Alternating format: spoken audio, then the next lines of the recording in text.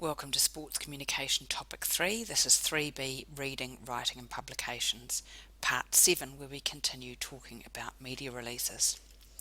There are some things you need to also consider if your media release didn't make it into the media that you submitted it to.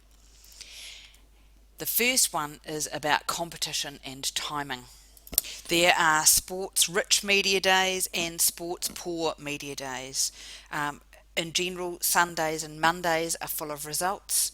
The rest of the week might be a bit poor. So if you've got something that's a little bit special, you want to try and maybe pitch for a Wednesday or a Thursday, you might have more chance of getting cut through. You need to think about your hook. If you haven't got a strong hook, if you haven't got a human interest story, a technology element or a world first, it might be really hard to make it into the media. You might have pitched it at the wrong level, so instead of creating meaning culturally and geographically, you might be too far away. So you need to keep thinking about building in local, regional, national and international audiences and having cut points for those. You need to ensure localization of content, especially when you're putting stuff into large organizations. Your tone might be too subjective. You might have lots of too unnecessary jargon. So avoid things like wonderful, oh, it was very good, it was great, it was enjoyable, unless you're quoting somebody. So just be careful about all that being too subjective and too many adjectives. Also, you need to think about whether you're pitching at a micro or macro distribution area. You need to pitch it at the macro level. That's for significant stories within large organisations.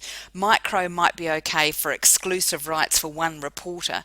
That can have both positives and negatives, but be careful about where you're actually pitching it. Also, if you're thinking about improving your media release, you need to give it a critical review. You need to check and double check all your facts, your spellings, your style and everything else. And you need to make sure that you've created something that's newsworthy and truthful. If you're stretching the truth, then people aren't going to pick up your story. So a recap on media releases. Remember your lead, your bridge, your body and all the details. You must have news value and newsworthiness, otherwise there is no reason for anybody to publish what you've put out. You need to have a good hook. You need to detail the 5 W's, that's the what, when, why, where and who.